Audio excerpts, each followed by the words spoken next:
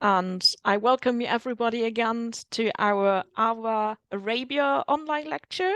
Today it will be by Abdulrahman Al-Suhaibani and Jérôme Rohmer, and they will talk about the Dadan Archaeological Project, results of 3 excavation and survey seasons in an ancient North Arabian capital. Please, Abdulrahman.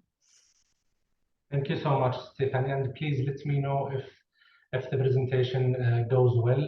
Hi, everybody. I'm Abdulrahman Al-Suhaibani, glad and pleased today to present the results of the Dadan Archaeological Project on behalf of my colleague Jérôme Rohmer and the whole team of the Dadan Archaeological Project. Unfortunately, they are not, especially Jérôme, he is not able to attend and to present this with me, but I will move forward alone about that. Today I will present the results of the first 3 seasons of the Dadan Archaeological Project, which is a new project and collaboration between the Royal Commission for AlUla, CNRS, and AlUla since 2020 at the site of Dadan in northwest of Saudi Arabia. These first 3 seasons have already revealed important results which shed critical new light on the history of this major oasis settlement over some 3,000 years, from the late 3rd millennium BCE to the early Islamic period. In this paper, we will present an overview of these results and will start with an overview of the site and its history to make sure we are all in the same page. What is the slide you have, Stephanie? It is the first introduction, like the site with the logos and everything. So it's a first slide. And do you have the second one now? No, it's still first slide. And now? No. Okay. Maybe you have to click into the presentation again and then use the arrows to continue. Now it's the second slide. Okay, great. Sorry about this technical challenge. In terms of geography, Dadan lies in the valley of al-ʿUlā, a deep canyon-like valley carved into the western foothills of the Hejaz range. This valley forms a long north-south corridor bordered by sandstone mountains in the east and a basaltic plateau in the west. It has several large tributary wadis and lies at the center of a large regional watershed covering more than 8,000 square kilometers. The site of Dadan lies on the eastern side of the valley, on an alluvial fan overlooking the palm grove and at the foot of a spectacular sandstone cliff towering up to 200 meters above the ground. It consists of a large oval tell around 600 meters long and around 250 meters wide. This tell is covered with a stone scree and riddled with looting holes which were dug to reclaim building material after the abandonment of the site. You have the third slide now, just to make sure. Good. The cliff overlooking Dadan is an integral part of the site as it has been thoroughly modified by man. Its base is divided into a succession of flat rock faces, most of which peer down stone mounds. It is in fact a huge open-air quarry extending over nearly 1.5 kilometers from north to south. However, this cliff also includes several hundred rectangular cavities which correspond to ancient tombs, either simple niches or true chamber tombs. These tombs are accompanied by inscriptions and, in 2 cases, by carved reliefs. The site was first spotted by Charles Doughty in 1878, and then it was explored by several European scholars in late 19th and early 20th century. Among these pioneers are Charles Hooper, Julius Oyting, and especially the French Dominican monks Toussaint and Savignac. However, it was not until 2004 that the first archaeological excavations were undertaken at Dadan. They were carried out by King Saud University in Riyadh, and they lasted for 16 seasons until 2019. They focused on an area located at the northeastern edge of the tell, which is thought to be the main sanctuary of the city. Thanks to these previous works, the history of Dadan wasn't a blank page when we started our project. Although the KSU excavations had revealed artifacts from the second millennium BCE, the received wisdom is that Dadan reached its peak during the first millennium BCE, following the domestication of the dromedary and the rise of long-distance Arabian trade. And indeed, with the neighboring oasis of Tayma, located 150 kilometers to the northeast, Dadan was one of the two main trade hubs in the Northwest Arabian during that period. As can be seen on the map, Dadan and Tayma controlled two competing branches of the northern section of the so-called Incense Road. The emphasis put by scholars on the first millennium BCE is largely due to the fact that it is the period when Dadan enters the historical record. On the one hand, Dadan appears in external resources, and the site is mentioned several times in the Bible within reductional layers dated to the 7th and 6th century BCE. There, it appears as a major caravan city which was trading, for instance, with Tyre and Phoenicia. Around the same period, Dadan also appears in Mesopotamian resources between 553 and 543 BCE. The last new Babylonian king, Nabonidus, conquered northwest Arabia and established his court in the oasis of Tayma. During his campaign, his chronicles tell us that he found several large oasis kingdoms, including a kingdom of Dadan.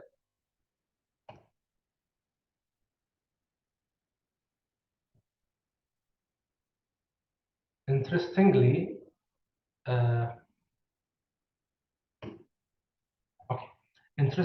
the existence of this local kingdom is confirmed by internal sources. Indeed, the first millennium BCE saw the appearance of Dadan at Dadan of a local language and script called Dadanatic, illustrated by several thousand inscriptions. Now, several inscriptions mention kings of Dadan and therefore seem to date from this period when Dadan was the capital of a local kingdom ruling over the oasis. Although Nabonidus stayed only for 10 years in the northwest Arabia until 543 BCE, it seems that the kingdom of Dadan did not survive this episode. Sometime during the second half of the first millennium BCE, Dadan fell under the control of another kingdom called the Kingdom of Liḥyān. Indeed, many Dadanatic inscriptions are dated not by kings of Liḥyān, but by kings who called themselves kings of Liḥyān. Liḥyān was actually a large tribal kingdom that dominated not only Dadan, but also the nearby oasis of Tayma. The dates of this kingdom are much debated, as the local inscriptions do not provide any safe chronological anchor. Under the dynasty of Liḥyān, Dadan kept a prominent role in the Arabian trade. Indeed, in addition of the local inscriptions in the Dadanatic and several hundred inscriptions in ancient South Arabian show the existence at Dadan of a trading colony of South Arabian merchants, probably between the 4th and the 1st century BCE. These merchants came from the kingdom of Ma'in, or Ma'inian kingdom, which was the major player in long-distance caravan trade at that time.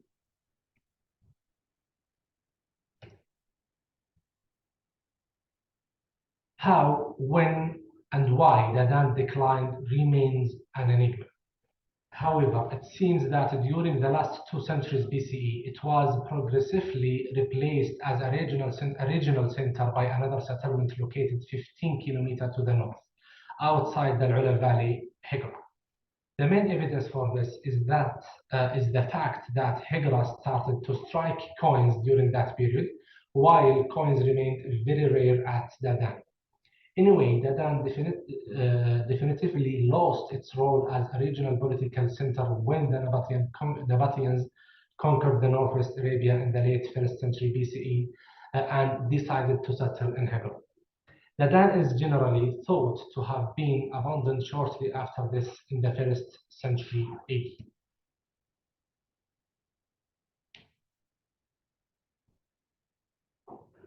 So, As you can see, the history of Dadan is broadly known, but this knowledge is basically limited to the first millennium BCE, and even in that period, there are still many gray areas.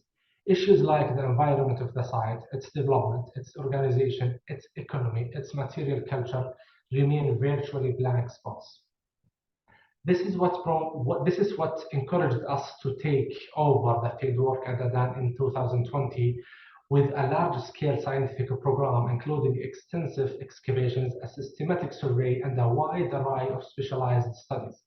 However, it happens that our first excavation took place outside Dadan at a satellite site located 1 kilometer further north, Tell al-Salimiyya. We will first say a couple of words about this excavation because it gave important results concerning the environment of the ancient city.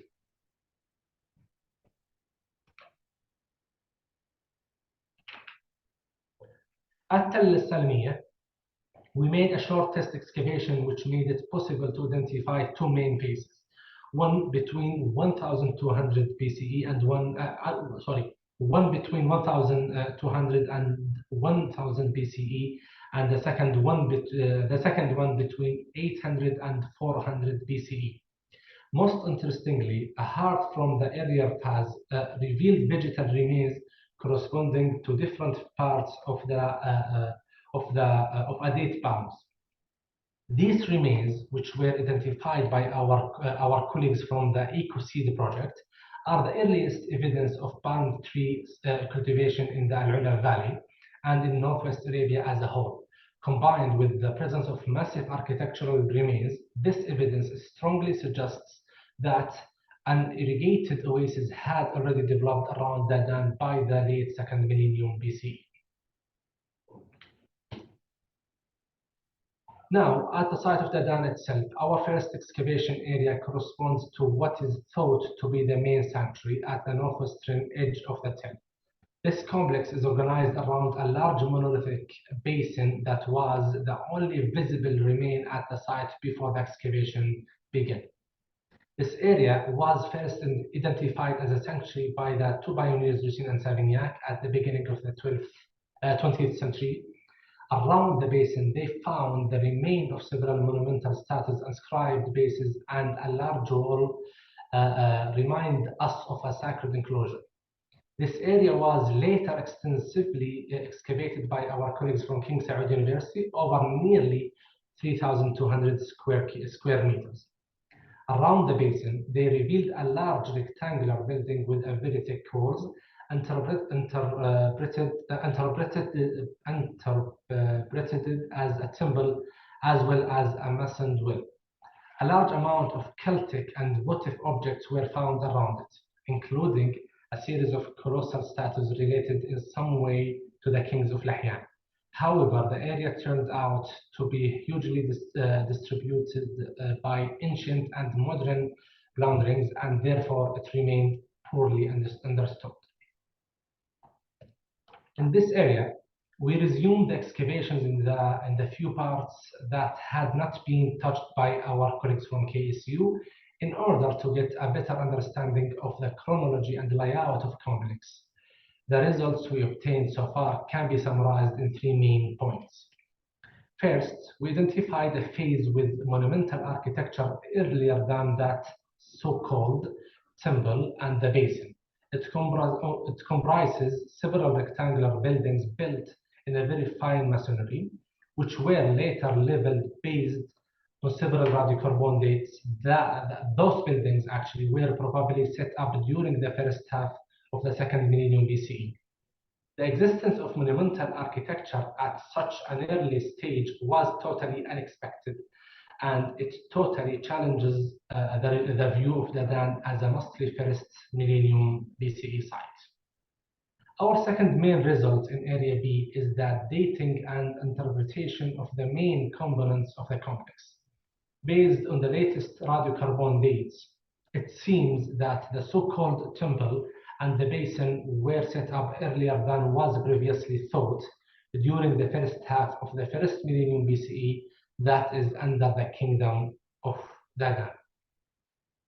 The well, however, is later, at least in its extant state.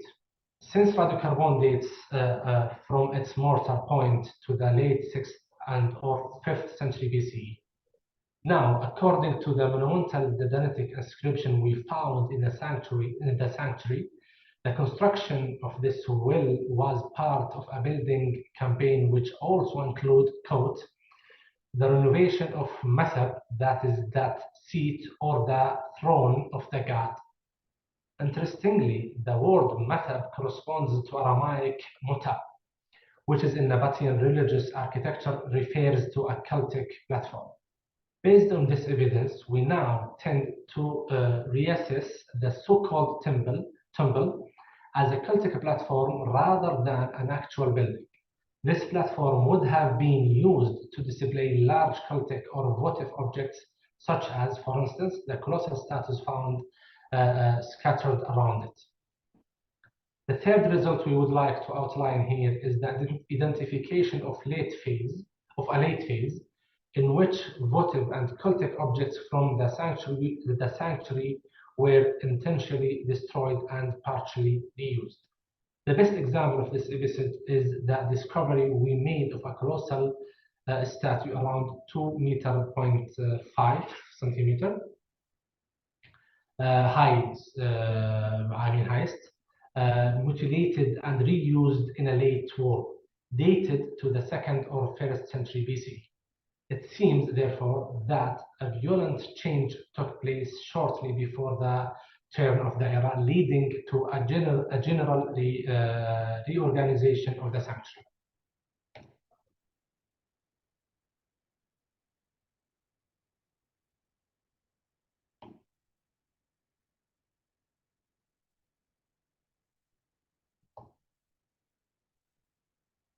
I'm just trying to change the slide.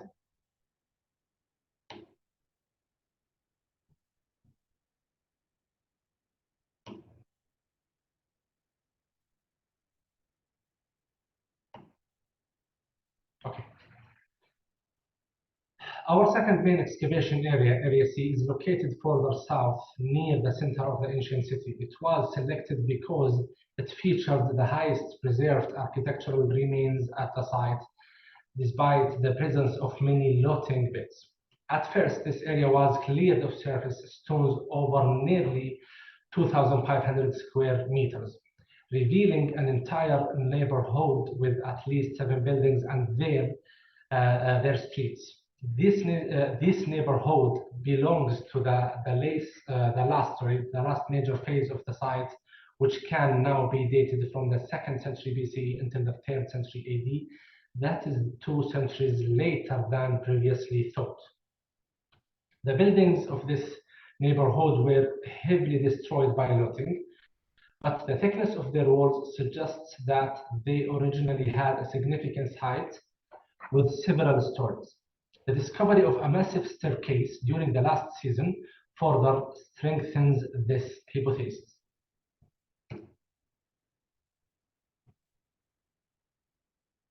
These buildings are, for the most part, built on order, leveled walls which belong to an earlier phase spanning the 5th to 2nd century BCE.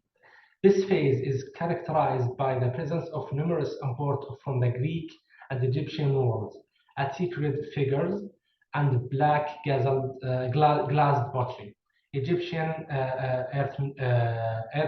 earthenware vessels, East Mediterranean glass basts, terracotta figurines, and other objects.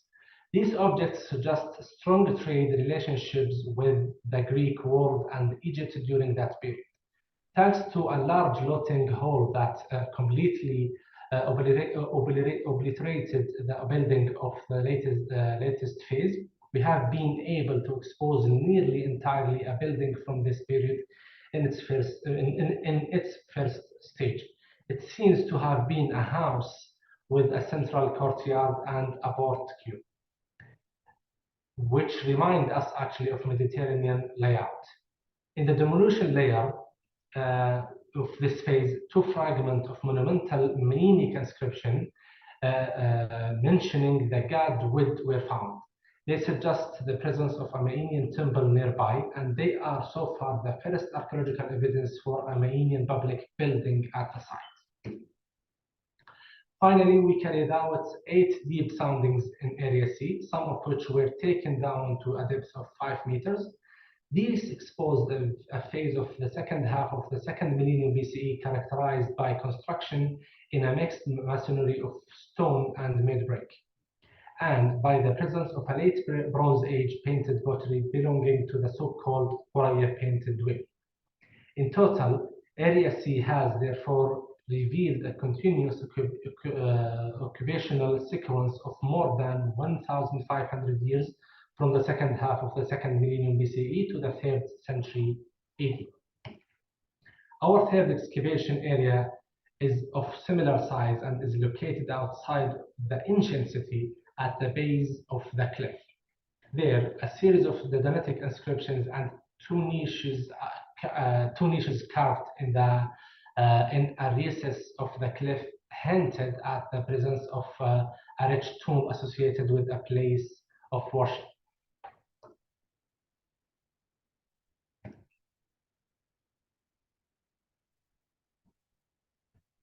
The excavation of this area quickly revealed a thick demolition layer containing 215 fragments of cultic artifact objects. Below this layer, we uncovered a small shrine with several dozen in situ objects such as offering tables, incense burners, standing stones, and statues. These objects were laid on 2 distinct levels, suggesting 2 periods of use. During the last season, our team of stone conservators began to restore these objects and reassembled 21 statues of various sizes. Based on a first set of radiocarbon dates, this shrine can be dated between 350 and 50 BCE. We hope to refine this period chronological range with new dates, not only to better establish the chronology of the shrine, but also because it would provide the first positive evidence for dating 2 major kings of Liḥyān, which are mentioned in the inscriptions. Under the floor of the shrine, a modest burial was uncovered. It was set on the surface of a thick layer of quarry waste. It seems unlikely that it corresponds to the tomb mentioned in the inscriptions.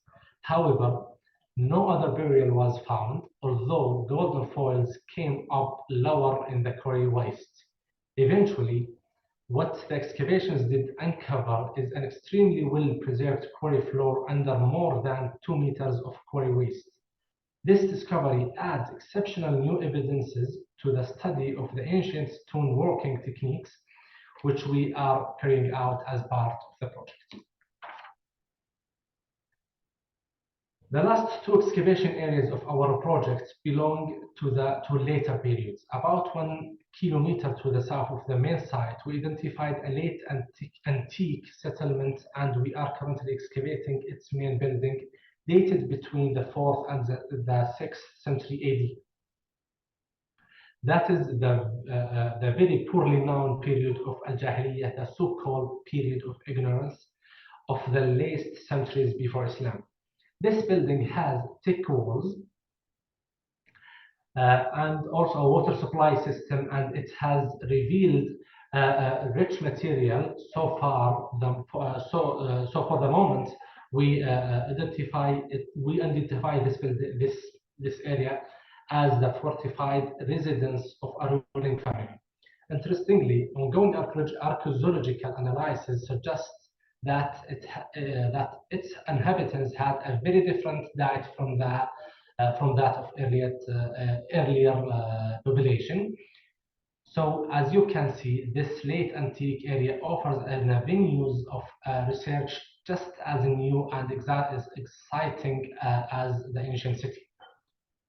Finally, our excavations also include an Islamic area located to the north of the main site.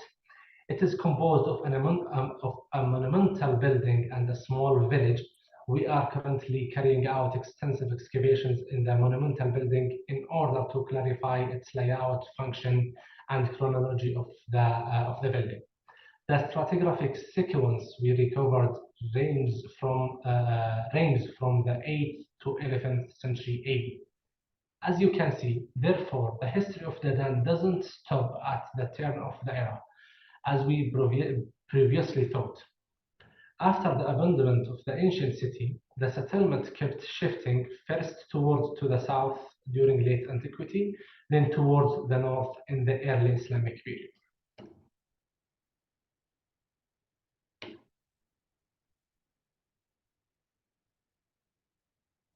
To conclude this short presentation, I would like to very briefly mention the survey that we are carrying out with 2 teams on the cliff and in the mountain overlooking the dam.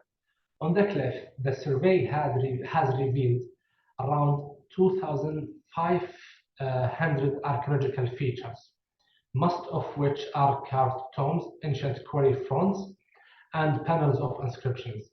More than 1,200 carved tombs have been recorded, including 800-bit tombs that had gone unnoticed so far. We just began excavating some of them, as you can see on the screen, and so far it seems that most of them were used in the first millennium BCE. In the mountains of Dadan, the survey has revealed 1,100 archaeological features of all kinds, including cemeteries, imposing fortification walls, and 2 large sanctuaries associated with thousands of inscriptions and rock engravings. I'm going just to highlight very quickly the fact that the tombs in the mountain are associated with a rich material dating from the 2nd millennium BCE, including shards of Quraya painted wood. This feature confirms the importance of that early period in the history of the site. This is a very quick presentation about our first 3 seasons of excavation in Dadan and the survey we are doing over there. Unfortunately, I'm not presenting all of the results of the associated and the other scientific studies we are doing in parallel with the project, as I think we don't have time to present all of those results. And I hope that I don't take too much time, and sorry for the technical challenges we are facing during this presentation. Thank you so much for this lovely overview. It's really interesting to see what has all been done.